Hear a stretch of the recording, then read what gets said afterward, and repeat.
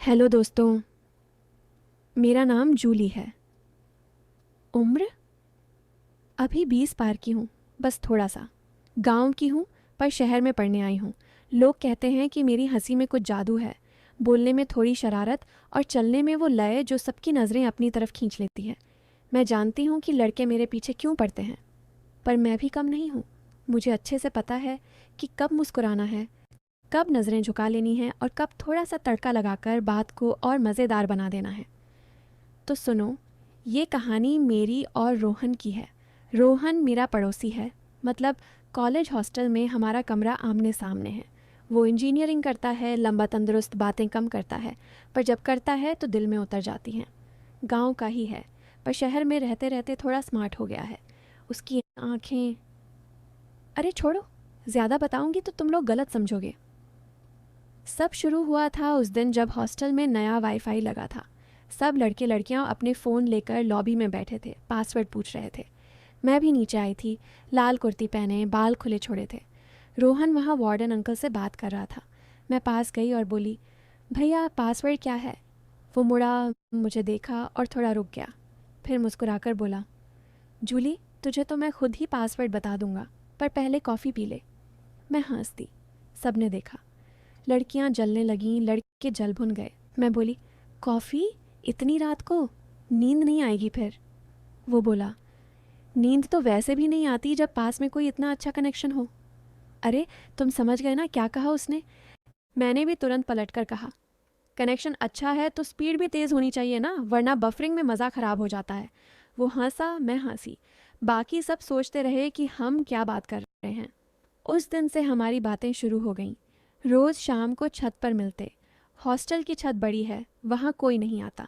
हम दोनों बैठकर गांव की बातें करते। वो बताता कि उसके गांव में अभी भी बिजली कम आती है, लोग लालटेन जलाते हैं। मैं हंसकर कहती, अच्छा, तो तुम लालटेन की रोशनी में पढ़ाई करते होगे? कितना रोमांटिक लगता होगा। वो कहता, रोमांटिक?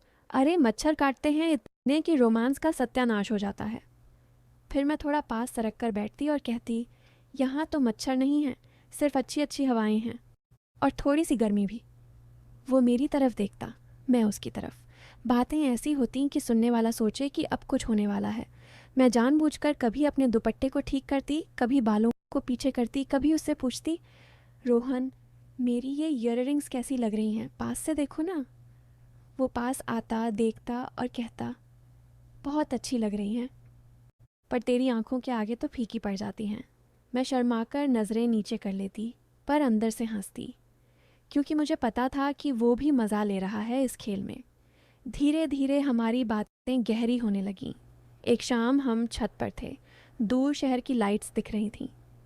मैं बोली, रोहन, तुझे कभी लगता है कि हम यहाँ फंस गए हैं? गांव छोड़कर शहर आए पर शहर ने हमें पकड़ लिया। वो चुप रहा थोड़ी देर, फिर बोला, मुझे तो लगता है कि मैं यहाँ तभी आया ताकि तुझसे मिल सकूं। मैं चौंक गई। ये बात उसने पहली बार इतनी सीधी कही थी। मैंने हल्के से कहा, अच्छा, तो अब क्या करोगे मिलकर? वो बोला, तेरे साथ वक़्त बिताऊंगा, जितना मिल सके। उसके बाद हम और करीब आ गए। अब हम साथ में कैंटीन जाते, साथ में लाइब्रेरी बैठते। लड़के पीछे पीछे कमेंट मारते, यार रोहन ने तो माल पटका लिया।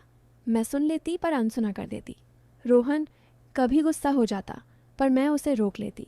मैं जानती थी कि ये सब चलता रहता है, पर अंदर से मुझे अच्छा लगता था कि वो मेरे लिए किसी से लड़ सकता है। एक दिन हॉस्टल में त्योहार का मेला लगा था। सब लड़के लड़कियां नाच रहे थे, गाने बजा रहे थे। मैंने लहंगा पहना था, घूमता हुआ। रोहन मुझे दूर से देखता रहा। जब मैं नाचते नाचते उसके पास आई तो उसने हाथ पकड़ लिया और बोला, जूली, एक डांस तो मेरे साथ कर। हम नाचे। सब तालियां बजा रहे थे। मैं उसके इतने करीब थी कि उसकी सांसें मेरे गाल पर लग रही थीं। मेरा दिल तेज़ धड़क रहा था। मैंने उसके कान में फुसफुसाकर कहा, रोहन, अगर इतना करीब रहोगे तो लोग क्या सोचेंगे? वो मुस्कुराया और बोला, सोचने दो, मुझे तो बस यही चाहिए। उस रात हम देर तक छत पर बैठे रहे। मैंने अपना सिर उसके कंधे पर रख दिया। वो मेरे बालों में उंगलियां फेर रहा था। मैंने आंखें बंद कर लीं। लगा कि अब जो होना है वो हो जाएगा, पर तभी उसने धीरे से कहा, जूली, मैं तुझे कभी दुख नहीं पहुंचाऊंगा। तू मेरे लिए बहुत ख़ास है। मैंने आंखें खोलीं और उसे देखा। उसकी आंखों में सिर्फ दर्द था, कोई नहीं। मैं समझ गई कि वो अलग है। फिर समय बीतता गया, हमारी दोस्ती और गहरी होती गई। हम एक दूसरे के सपनों की बातें करने लगे। वो बताता कि उसे अपना गांव सुधारना है, स्कूल बनवाना है, लड़कियों को पढ़ाना है। मैं बताती कि मुझे डॉक्टर बनना है, गरीबों का इलाज करना है। हम साथ में प्लान बनाते कि शादी के बाद गांव में क्या क्या करेंगे।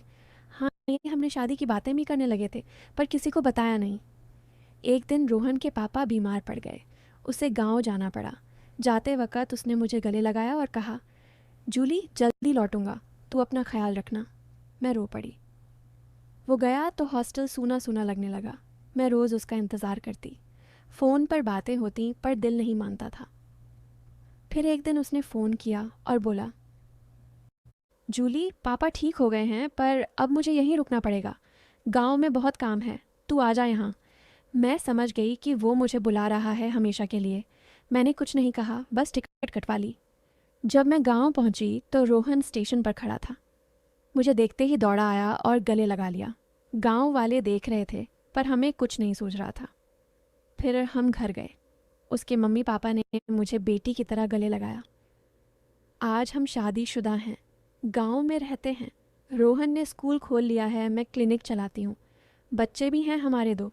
कभी कभी शाम को हम दोनों खेतों के किनारे बैठते हैं और पुरानी बातें याद करते हैं। मैं उससे पूछती हूँ, रोहन, उस दिन छत पर जब मैंने सिर तुम्हारे कंधे पर रखा था, तुमने कुछ और क्यों नहीं किया?